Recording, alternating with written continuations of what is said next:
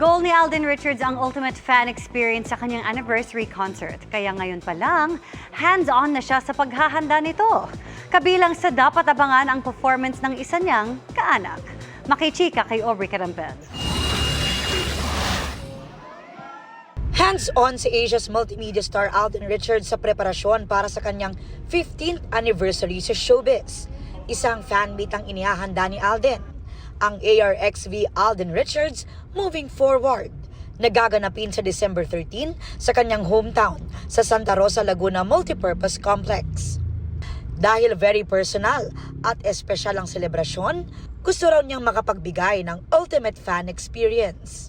Because this is very important to me since it's a milestone, since it's the 15th year anniversary. So I want all the details and the decisions made for this event is galing sa kaibuturan ng puso naming lahat. And of course, this is an event of gratitude, of appreciation, of highlighting the people that were part of my 15 years.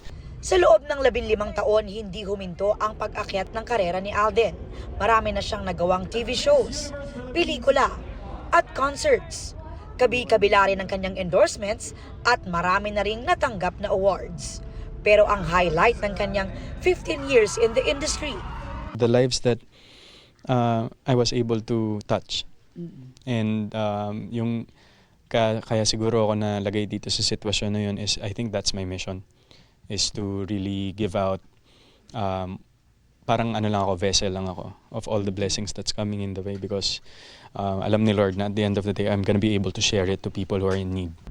sa MediaCon para sa kanyang fan meet, inalala rin ni Alden ang namayapang ina na si Mama Rosario na kanya raw #1 supporter. Para makita lang nung mom ko, nung nanay ko, kung ano yung nagawa ng pag-push niya sa akin before, na siya talaga yung gustong makakita nitong kung ano man po yung narating ko ngayon.